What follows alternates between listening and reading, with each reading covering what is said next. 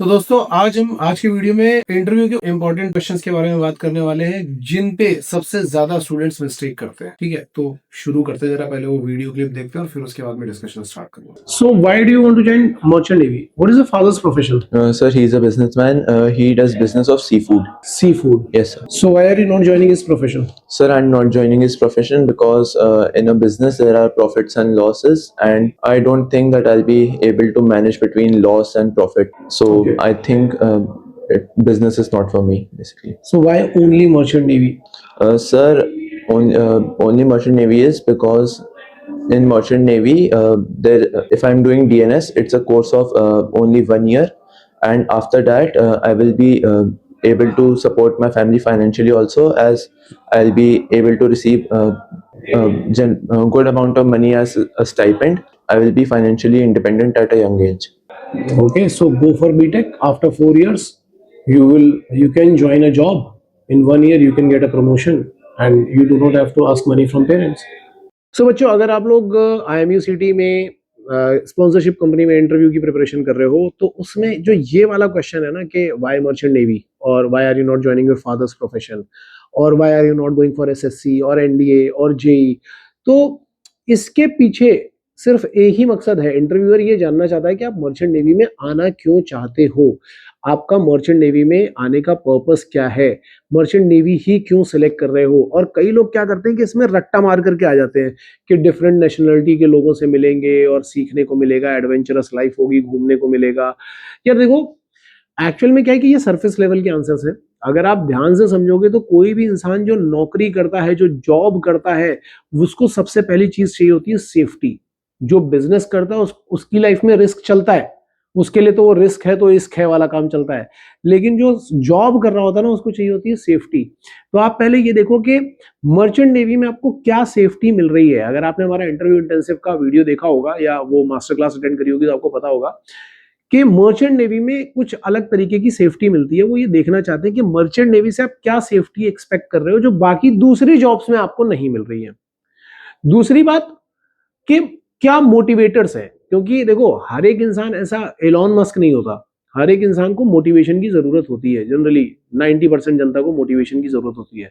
तो लोग जब जॉब करने जाते हैं ना, तो वहां पे कुछ मोटिवेटर्स होने चाहिए, तभी वो जॉब करते हैं। जैसे कि उनकी सैलरी बढ़ रही है, कुछ लोगों का मोटिवेटर होता है सैलरी बढ़ना, कुछ लोगों का मोटिवेटर होता है कि उनको नॉलेज अच्छी मिल रही है, कुछ लोगों का मोटिवेटर होता है कि उनको सिग्निफिकेंस मिल रहा है, इंपॉर्टेंस मिल रही है। ठीक है, तो आपका क्या मोटिवेटर है उस मर्चेंट नेवी की जॉब में, जो बाकी जॉब्स में आपको नहीं मिल रहा है बल्कि इस जॉब में ही आपको मिल रहा है।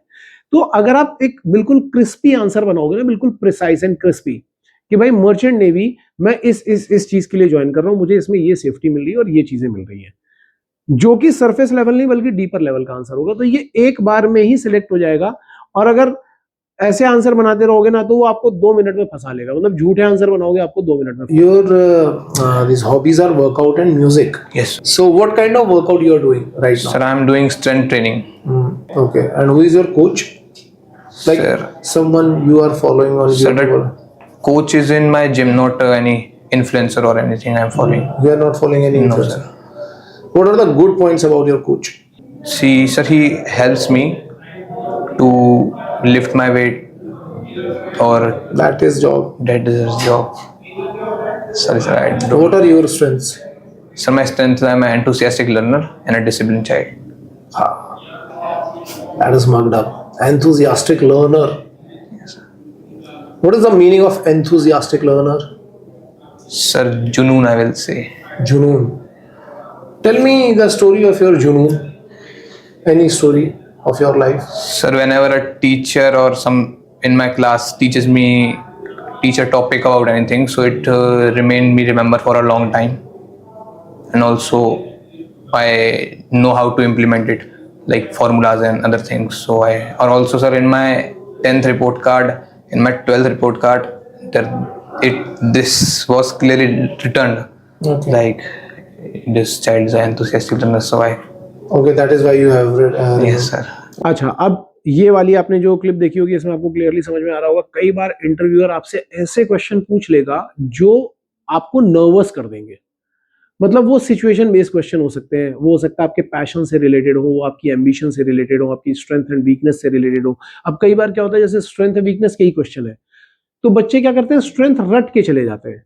क्या है आपकी स्ट्रेंथ? जी मेरी स्ट्रेंथ डिसिप्लिन है। फिर वो पूछ लेता है कि अच्छा ठीक है, कोई ऐसी स्टोरी बताओ अपनी लाइफ की जिसमें आपका डिसिप्लिन दिखाई पड़ता हो। अब उन पे है ही नहीं, कोई स्टोरी ही नहीं है। अगर आप कुछ स्ट्रेंथ बता रहे हो या कुछ वीकनेस बता रहे हो, तो एक रिसर्च होनी चाहिए, एक स्टोरी होनी चाहिए जो उस चीज को बैक कर रही हो। ठीक है, ठीक इसी तरीके से अगर आप बोल रहे हो कि मेरा पैशन फोटोग्राफी है या मेरा पैशन है कि मैं ट्रैवल करता हूं, तो कहाँ ट्रैवल की हो? ऐसा नहीं होना चाहिए कि हम अपने शहर में अपनी गलियों में ट्रैवल करते हैं, वो नहीं होना चाहिए। आप ट्रैवल करोगे, 4 जगह बताओगे, तो आपको 4 जगह से रिलेटेड क्वेश्चन पूछे जाएंगे। तो अगेन वो कैसा होना चाहिए, वो एक रिसर्च बेस्ड आंसर होना चाहिए कि आप कहाँ ट्रैवल कर रहे हो। सपोज करो कि मेरा पैशन जो है या मेरी हॉबी जो है वो वर्कआउट है, या कोच से रिलेटेड क्वेश्चन पूछ लिया। कोई भी सिचुएशन बेस्ड क्वेश्चन पूछा जा सकता है। तो जब आप किसी का आंसर प्रिपेयर कर रहे हो, तो उसके पास उस आंसर से रिलेटेड आपके पास एक प्रॉपर स्टोरी होनी चाहिए। I focus more on numerical questions rather than theory part, Why? because at that time I am very interesting in solving numerical question, and I got lot of Why are you interested in that only? sir, because sir, I interested because of there is many things that I learned from the numerical questions, especially from physics. What is your schedule these days while you are preparing? First of all, I wake up early in the morning at 6 a.m. and then from 6 a.m. to 6:30 a.m. I go to fresh up, and from 6:30 to 7 a.m.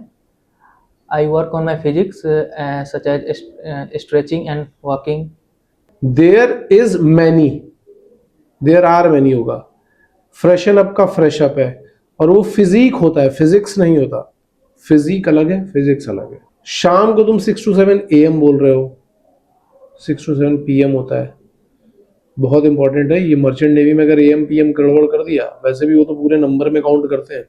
ये वाली clip आपने देख ली होगी। इसमें क्या होता है कि जब लोग पैनिक हो जाते हैं ना, तो पैनिक, भाई जो बच्चा हिंदी से इंग्लिश में जा रहा है, उसको क्या होता है कि इंग्लिश में बोलने से पहले थोड़ा सोचना पड़ता है, तब वो बोलता है, और या फिर वो उसने काफी प्रैक्टिस कर रखी हो।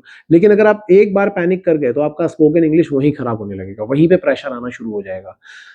एक एग्जांपल मैं आपको बताता हूँ। अभी से 2-3 साल पहले एक बच्चा इंटरव्यू देने गया था एंग्लो ईस्टर्न का। तो एंग्लो ईस्टर्न में उससे ये पूछ लिया गया कि भाई तुम प्रिपरेशन कैसे कर रहे हो, सेल्फ प्रिपरेशन है या कोचिंग? तो उसने बोला कि मैं कोचिंग जाता हूँ। उन्होंने पूछा कौन सी कोचिंग जाते हो? उसने कह दिया मैं लाइफ एक्स जाता हूँ।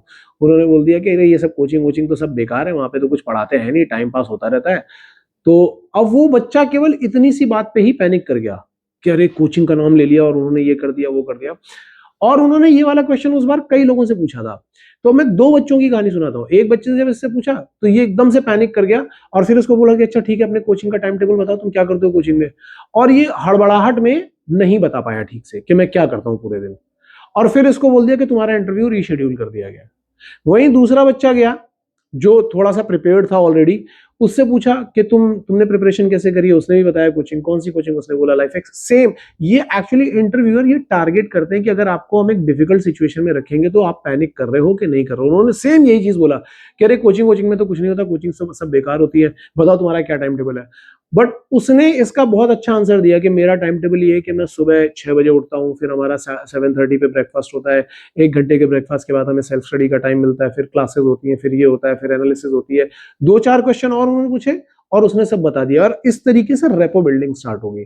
तो आप हमेशा, मैं बार बार बोल रहा हूं कि जो भी आंसर आप दे रहे हो, जिन भी क्वेश्चंस का आप आंसर दे रहे हो, वो प्रॉपरली रिसर्च बेस्ड होने चाहिए। जो भी नॉन टेक्निकल क्वेश्चन होते हैं, जो भी सिचुएशन बेस्ड क्वेश्चन होते हैं, उनकी पूरी प्रॉपर स्टोरी आपके पास होनी चाहिए। अगर ये नहीं है तो अभी से प्रिपेयर करना शुरू करो, और बच्चों को मत दिखाओ कि यार मैंने ये आंसर लिख लिया है। एक बच्चे ने कुछ गलत आंसर लिखा, आप उसी को दिखा रहे हो, तो वैसे ही गलत लिख रहा है।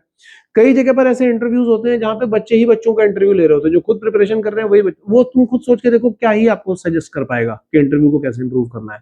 हमेशा उन बंदों को दिखाओ जिन्होंने इंटरव्यू फेस कर रखे हैं, या तो वो कैडेट्स हो, अच्छे लेवल के कैडेट्स हो, या फिर वो 3rd मेट हो या 2nd मेट हो, या फिर किसी कोचिंग में आप जाओ और वहां पे जाओ जिनको इंटरव्यू की अच्छी नॉलेज हो, जिनको साइकोलॉजी की अच्छी नॉलेज हो, जो आपको बता सके कि इस जगह पर क्या बोलना चाहिए और क्या नहीं बोलना चाहिए।